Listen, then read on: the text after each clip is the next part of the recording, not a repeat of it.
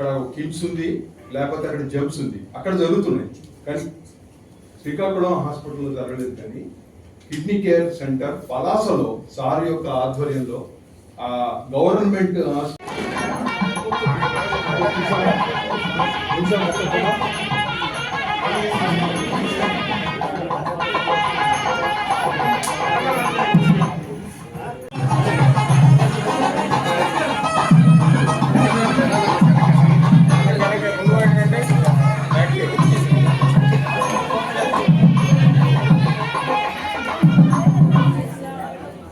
తీసుకొని కూడా అట్లాంటి పేషెంట్లకి కనుక ట్రాన్స్ప్లాంటేషన్ జరిగితే వాళ్ళకి నిజంగా ఒక కొత్త ఆరోగ్యాన్ని ఇచ్చినట్టు ఉంటుంది. వాళ్ళు మిగతా వాళ్ళ మీద డయాలిసిస్కి మాత్రమే పరిమితం కాకుండా చాలా బెడ్స్ ఉన్నాయి డయాలిసిస్ సంబంధించినవి. అవి కాకుండా అక్కడ ఈ ట్రాన్స్ప్లాంటేషన్ కేసెస్ అనేది రెగ్యులర్గా నిర్వహించాలని చెప్పి మేము దానికి ఒక రిప్రజెంటేషన్ కూడా ఇవ్వడం జరిగింది. అక్కడ వివరాలు తెలుసు. ఆయన చేసిన సేవలు కారణంగా ఆయన పశ్చిమ బెంగాల్ రాష్ట్రానికి ముఖ్యమంత్రిగా కూడా ఆయన చేయగలిగారు. అటువంటి మహోన్నతమైన వ్యక్తిని ఈరోజు స్మరించుకోవడం అనేది మనకు చాలా ఆనందదాయకమైన విషయం. ఇంకో ముఖ్యమైన విషయం ఏంటంటే వైద్యులు ప్రజలకి స్వాంతన చేకూర్చే సాధనాలు. అదే సమయంలో వారి తాలూకా ఆరోగ్యాన్ని, వారి తాలూకా కుటుంబ వ్యవహారాలని కూడా చక్కదిద్దుకోవాల్సిన బాధ్యత వారిపైన ఉంటుంది. వైద్యులు ప్రాణం పోసారండి మీరు అంటారు. ఏ వైద్యుడు కూడా తన దగ్గరికి వచ్చిన ఒక రోగికి హాని జరగాలని చెప్పి ఇప్పుడు కోరుకోడు. విధివశాత్తు కానివ్వండి, లేకపోతే ఏదైనా కారణం చేత ఏదైనా జరగకూడని ఒక విషయం జరిగినప్పుడు అంతవరకు నువ్వు దేవుడు అని చెప్పి దండం పెట్టే పేషెంట్లు నీ వల్లే మా పేషెంట్ చనిపోయాడని చెప్పి దాడులు చేస్తున్న పరిస్థితులు వస్తూ ఉన్నాయి. ఈవేళ రోజున మీకు చెప్తా ఉన్నాను నేను, చాలామంది డాక్టర్ల కుటుంబాల్లో జనరల్గా డాక్టర్ల పిల్లలు డాక్టర్లు, ఇంజనీర్ల పిల్లలు ఇంజనీర్లు అవుతారు. డాక్టర్ల పిల్లలు ఇప్పుడు డాక్టర్లు కావడం మానేస్తూ ఉన్నారు. ఈ దాడులు ఇవన్నీ చూసి ఆ పరిస్థితి కారణం ఎవరు? మన సమాజంలో ఉన్న మనమే. డాక్టర్ దేవుడేం కాదు, డాక్టరు స్వాంతన చేకూర్చడానికి ప్రయత్నిస్తాడు. దీనివల్ల ఇప్పుడు ఏం జరుగుతూ ఉంది? గతంలో ఇప్పుడు వైద్యులు గారు చెప్పారు 20-30 పడకలతో ఆసుపత్రులు ఉండేవి.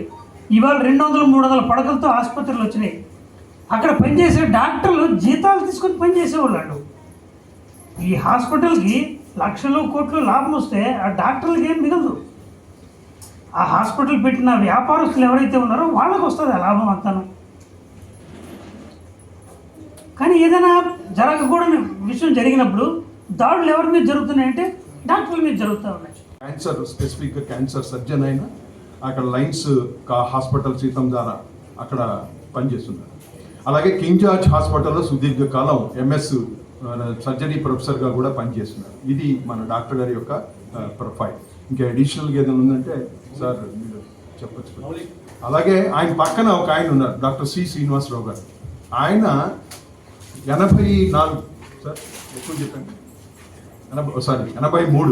83 ఏళ్ళు యాక్టివ్గా ఆయన వచ్చి ఇక్కడ పేషెంట్లను చూస్తుంటారు.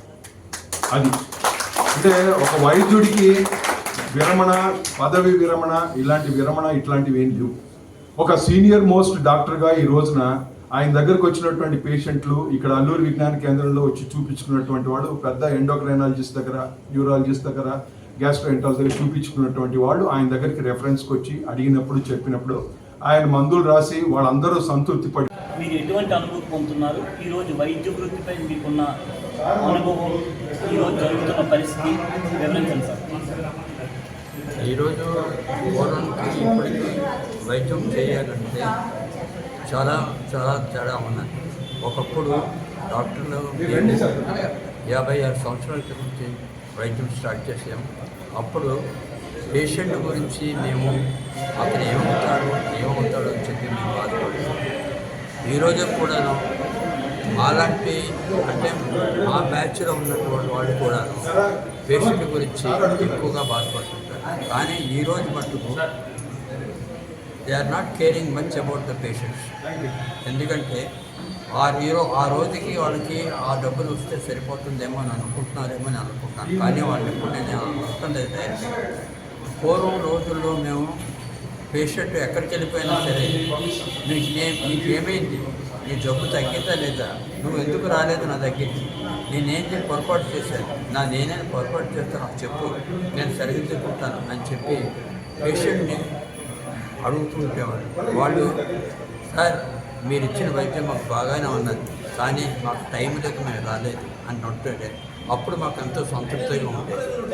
ఈరోజు కూడాను ఒకరోజు ఒక పేషెంట్ రాకపోతే ఆ పేషెంట్ ఎందుకు రాలేదు వాడి సెల్ నెంబర్ తీసుకుని వాడికి మళ్ళీ మేము ఫోన్ చేసి నువ్వెందుకు రాలేదు ఈరోజు రమ్మన్నాను కదా నువ్వెందుకు రాలేదు, నువ్వు లేదు సార్ తగ్గినా తగ్గకపోయినా సరే నువ్వు రెస్పాన్సిబిలిటీగా డాక్టర్ దగ్గర రావాలి, అది నీ బాధ్యత. నీ బాధ్యత గురించి నేను ఎంతో కష్టపడినాను. అట్ ద సేమ్ టైం నువ్వు కూడా నా మీద రెస్పాన్సిబిలిటీ తీసుకుని నా దగ్గరికి రావాలని చెప్పి అందరినీ మేము కోరుకుంటున్నాం. Practicing in revenue colony, Krishna maternity nursing home. నేను నా ప్రాక్టీస్ 1985 ఏప్రిల్ 7వ తారీఖున స్టార్ట్ చేశానండి. ఈరోజుకి 40 సంవత్సరాలు పైన, 41వ సంవత్సరం.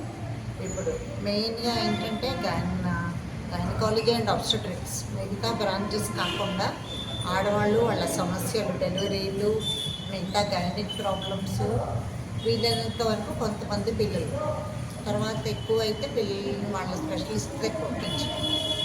యాజ్ సచ్ ఇప్పటికి దాదాపు ఈ 40 సంవత్సరాల్లో ఒక 25,000 డెలివరీలు పైన చేస్తుంటాను. పుస్తకంలో చెప్పిన కాంప్లికేషన్స్ అన్నీ కూడా దాదాపు చూడాల్సి వచ్చింది. కాకపోతే ఒకటి ఏంటంటే మొదట్లో నేను అప్పుడు 85లో చేసినప్పుడు ప్రాక్టీస్ డాక్టర్లు పేషెంట్లు అవగాహన బాగుండేది, పేషెంట్లకు కూడా డాక్టర్ మీద నమ్మకం ఉండేది. కానీ ఈ మధ్యకాలంలో ఒక గత 5 సంవత్సరాలు 6 సంవత్సరాలు అవనివ్వండి, డాక్టర్లు అంటే పూర్తిగా జనాల్లో నమ్మకం పోయింది. అది దాన్ని తెచ్చుకోవాలి అంటే తిరిగి చాలా కష్టపడాలి, అది ఒక కారణం. దాని నుంచి ప్రాక్టీస్ చేయడం కూడా చాలా కష్టంగా ఉంటుంది. మేము మంచి చెప్పినా అది చెడుగా తీసుకోవడం, దానివల్ల చాలా కష్టంగా ఉంటుంది ప్రాక్టీస్ చేయడం కూడా. తర్వాత రెండోది ఏంటంటే ప్రజల్లో కూడా మూఢనమ్మకాలు, ఆపరేషన్లు, డెలివరీకి ముహూర్తాలు, హాస్పిటల్లో జాయిన్ అవ్వడానికి ముహూర్తం, డెలివరీకి ఆయింట్మెంట్ పెయిన్స్ రావడానికి పెట్టడానికి ముహూర్తం, సీజర్కి ముహూర్తం, హాస్పిటల్ నుంచి వెళ్ళడానికి ముహూర్తం. ఈ ముహూర్తంలో మనం అసలైన వాల్యుబుల్ టైం పోతుంది చాలాసార్లు. మనం ఫ్రీగా పని చేయలేకపోతాం, ఫ్రీగా పేషెంట్కి ఏం కావాలో చేయలేకపోతాం. ఇలాంటి ఈ యుగంలో కూడా ఇంత మూర్ఖత్వం ఇంకా ప్రజలతో ఉంది అంటే ఈ అవగాహన ప్రజల్లో తీసుకురావాలని, వాళ్ళకి ఇంకా ఎడ్యుకేషన్ పరంగా, డెలివరీల పరంగా మనం ఆరోగ్యమైన ఆహారం ఇవ్వడం, సరి అయిన టైంకి డాక్టర్ దగ్గరికి వెళ్ళడం, చూపించుకోవడం, సరి అయిన టైంకి ఇచ్చేయడం కాకుండా వీటి మీద అవగాహన ఎక్కువ కల్పిస్తే బాగుంటుందని ఉంటుంది. అప్పటికి మా దగ్గరికి వచ్చిన పేషెంట్లు కొంతవరకు మేము చెప్తూ ఉంటాము, కానీ అది ఎంతవరకు వెళ్తుంది అన్నది మేము చెప్పలేము. ఈరోజు ఏ సందర్భంగా మీకు సన్మానాలు చేశారు? ఎవరు ఇదివరకు ఒకసారి IMA వాళ్ళు చేశారండి. ఇప్పుడు ఈ సన్మానం పొందడం వల్ల మీరు ఎటువంటి అనుభూతి పొందుతున్నారు? ఈరోజు పరిస్థితి వైద్య వృత్తి అంటే కొంతమంది భయపడి విమర్శలు చేసే స్థితిలో ఉంది.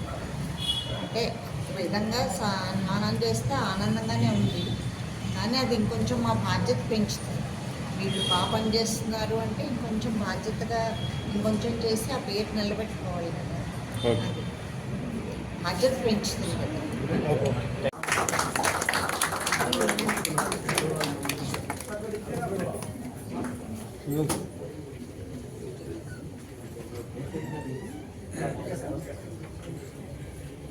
డయాలిసిస్ పేషెంట్స్ ఆ ప్రాంతంలో ఉన్నారు. అది బార్వా, కవిటి, వజ్రకొత్తూరు, పలాస, సోంపేట, ఈ మొత్తం ఏరియాలో దాదాపు 2,500 మంది